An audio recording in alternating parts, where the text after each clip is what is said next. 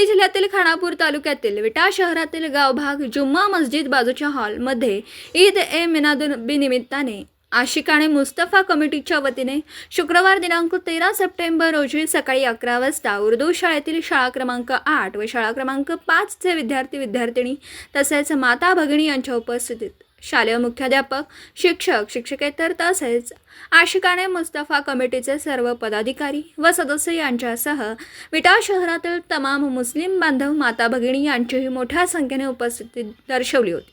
यावेळी विटा उपविभागीय पोलीस अधिकारी विपुल पाटील व विटा पोलीस ठाण्याचे पोलीस निरीक्षक धनंजय फडतरे यांच्या मार्गदर्शनाखाली विटा पोलीस ठाण्याच्या पोलीस उपनिरीक्षक जयश्री कांबळे मॅडम यांनी उपस्थिती दाखवत मॅडम यांचा सत्कार आशिकाने मुस्तफा कमिटीच्या वतीने सत्कार करण्यात आला। तर गृहरक्षक दल भरत गायकवाड यांचाही सत्कार मोठ्या उत्साहात करण्यात आला। ज्येष्ठ पत्रकार शिराज शिकलगार यांचाही सत्कार मुस्लिम बांधवांच्या वतीने करण्यात आला। यावेळी जयश्री कांबळे मॅडम यांनी विटा शहर हे ऐक्याचं प्रतीक असल्याचं म्हणत हे शहर हिंदू मुस्लिम एकत्र येऊन आजपर्यंत सर्व कार्यक्रम गुण्यागोविंदाने होत असल्याचं मला या ठिकाणी आज जुम्मा मस्जिद समोर गणरायांच्या स्थापनेनंतर बघायला मिळालं। हे सांगली जिल्ह्यातील विटा शहर या शहराचं कौतुक करावं तितकं कमी आहे असं आवर्जून विटा शहरातील तमाम हिंदू मुस्लिम बांधवांचे मनापासून आभार मानले। हेच एकीचं बळ एकमेकांच्या पाठीशी ताकद उभा करू शकते असंही यावेळी जयश्री कांबळे मॅडम यांनी आपले विचार व्यक्त केले। यावेळी मुलींनी मोबाईलमध्ये जास्त लक्ष न घालता अभ्यासाकडे लक्ष घालून भविष्यात तुमचा शिक्षणाचा दर्जा शिक्षण क्षेत्रातून मोठा करा। तुम्हाला जे काही बनायचं आहे ते या शिक्षण क्षेत्रातून बना असं म्हणत मर्दानी खेळ हेच आपल्या स्वतःचं रक्षण करू शकतं म्हणून मोबाईलपासून दूर राहा असंही यावेळी सांगत पालकांनी सुद्धा मुलींना जास्त टार्गेट करू नये, त्यांनाही तुम्ही मायेचा आधार द्या। जेवढा मुलींना तुम्ही रागवता तेवढं मुलांनाही रागवलं पाहिजे असंही त्या यांनी यावेळी सांगितलं। आरोग्याची सुद्धा सर्वांनीच आपली काळजी घ्या, बाहेरचं कोणतेही पदार्थ शालेय विद्यार्थ्यांनी खाऊ नयेत असं सांगत आज सर्वजण तुम्ही एकत्र आलात फार आनंद वाटला अशा शब्दात मॅडम यांनी कमिटीचे व सर्वांचे मनापासून आभार व अभिनंदन केलं।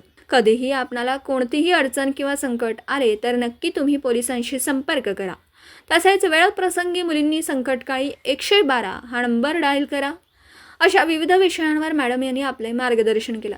तसेच ईद ए मिलाद हा कार्यक्रमाचा सोहळा सादर करत असताना कायदा आणि सुव्यवस्थेबाबत आपण काळजी घ्यावी असंही त्यांनी यावेळी सांगितलं। पण तो स्प्रे जरी वापरायचा झाला तर ऍट त्या मुवमेंटला किंवा त्या सिच्युएशनला तुम्हाला सुचायला पाहिजे की यार आपल्याकडे तो स्प्रे आहे आणि तो आपल्याला मारायचा नाहीतर मागच्या स्वतःच्या तोंडावर असं काही करू नका। तो मारताना सुद्धा तुम्हाला लगेच ठीक झालं पाहिजे की त्या माणसाचं इंटेन्शन तुम्हाला लगेच कळायला पाहिजे। असा विषय नाही हा। जर समजा तुम्ही स्प्रे असा त्याच्या तोंडावर मारायला धरला जर तुमचा हात असा केला तर तो आपल्यावर सुद्धा येऊ शकतो, आपल्याला आपण सुद्धा विषुद्ध पडू शकतो। तर ह्या गोष्टी करताना सुद्धा तुम्ही लक्ष देऊन करा। तो स्प्रे काय तुम्हाला माहित नाही अजून त्याचं कालच ते प्रोडक्शन त्यांनी दिलं होतं। ते जर असेल मेडिकलमध्ये किंवा कुठं उपलब्ध असेल तर ते प्रत्येक मुलींना आपल्या ह्याच्यामध्ये ठेवायचं आहे, पण त्याचा दुरुपयोग करायचा नाही। जिथं उपयोग होईल तिथंच करायचा नाही तर उठशीला सुटशीला कोणाच्या पण तोंडात असं काही करू नका। चांगल्या पद्धतीने अभ्यास करा। आयुष्य खूप चांगलं आहे। आपले बाकीचे पण देव असते तर तो देव तुम्हाला देईल का तुमची इच्छा पूर्ण करेल का? जर तुम्ही आई वडिलांच्या विरोधात जाऊन जर एखादी गोष्ट केली तर परमेश्वर तरी तुम्हाला देईल का? नाही देणार। त्यामुळे आई वडिलांची मैत्रीचं वातावरण तुम्ही सुद्धा निर्माण करा। तुम्ही सुद्धा त्यांच्याशी सगळ्या गोष्टी शेअर करा। आई वडिलांनी सुद्धा घरामध्ये मुलांच्या बाबतीत असतील किंवा मुलींच्या बाबतीत असतील सगळ्या गोष्टी शेअर करा। मी कसं बोलू, पोराच्या समोर कसं बोलायचं, लाज वाटते, ह्या सगळ्या गोष्टी आता सोडून द्या।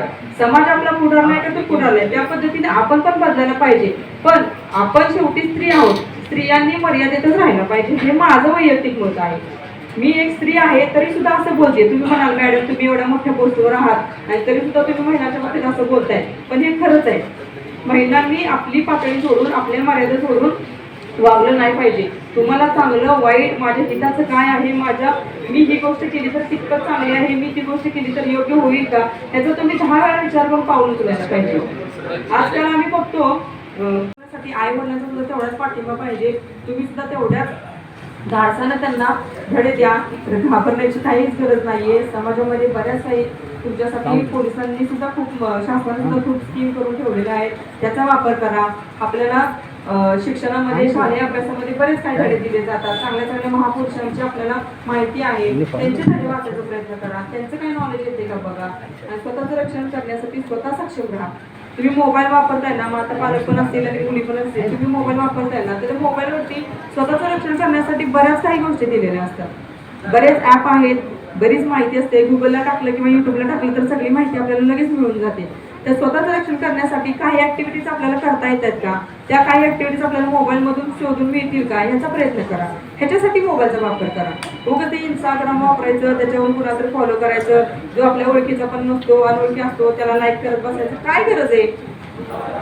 तुम्हाला कोणाची लाईक वगैरे मिळवून घ्यायची गरज नाही. पहिल्यांदा घरच्यांची लाईक मिळवा, घरच्यांच्या नजरेत चांगलं बना, मोठं बना, तर बाकी नंतर समाजाचा विचार करा. वर्षापूर्वी त्या होऊन गेल्या, 1857 असेल त्या काळामध्ये त्या झाशीच्या राणीचा पराक्रम झालेला आहे. पण आता आपण 20व्या शतकात असून सुद्धा त्यांचं नाव काढतो की नाही. का काढतो त्यांचं नाव आपण? का तर त्यांनी काहीतरी पराक्रम त्यावेळी केला. त्यांचं वय सुद्धा खूप लहान होतं. ती झाशीची राणी अक्षरशः स्वतःच्या मुलाला तिच्या पाठीशी बांधून इंग्रजांशी लढत होती. आपल्याला एवढा मोठा तर पराक्रम कुठे लढायला जायचं नाही, एवढा मोठा तरी पराक्रम गाजवायचा नाही. आपल्याला फक्त अभ्यास करून चांगल्या मार्कांनी पास होऊन आपल्या पायावर उभं राहायचंय. एवढी साधी गोष्ट तुम्ही नाही का करू शकत? खूप छोटी गोष्ट आहे. अभ्यास करून स्वतःच्या पायावर उभं राहणं म्हणजे नोकरी मिळवणं अवघड नाही. तुम्ही जर मनापासून एखादी गोष्ट केली, आपले कर्म चांगले असतील, आपण कुणाचं मन नाही दुखवलं, आईवडिलांना कधी नाही ना दुखवलं, तर 100% आपल्या सगळ्या इच्छा पूर्ण होतात. इतकी पण बंधनं घालू नका की त्यांना असं स्वतःचं स्वातंत्र्य हिरावून घेतल्यासारखं वाटेल. त्यांना सुद्धा रात्रीचं वगैरे कुठे यायचं असेल, जायचं असेल तर येऊन जाऊन येऊ दे. फक्त तुम्ही तुमचं त्यांच्यावर लक्ष असू द्या. प्रत्येक घरामध्ये काय केलं जातं, पोरींनाच बंधनं घातली जातात, मुलांना बंधनं घातली जात नाही. आपल्याला जर समाज सुधारायचा असेल तर मुलींनाच फक्त बंधनं घालून काहीही उपयोग होणार नाही. तुमच्या घरात जी मुलं आहेत त्या मुलांना सुद्धा तुम्ही संस्कार केले पाहिजेत, मुलांना सुद्धा बंधनं घातली पाहिजेत. प्रत्येक वेळी पोरींनाच बंधनं का हो? पोरगीला 7च्या आतच घरात यायचं, 7ला तर बाहेर जायचं नाही, असं वातावरण का? मुलांना का सांगत नाही तुम्ही की तू 7च्या आत घरी ये रे, तू काय 7च्या नंतर बाहेर? मुलांना सुद्धा बंधनं घाला. ह्या ज्या घटना समाजामध्ये घडतात ना, त्याला कुठेतरी आपणही जबाबदार आहोत की आपण फक्त मुलींना संस्काराचे गाडे शिकवत असतो, धडे शिकवत असतो. मुलांना कोण शिकवणार?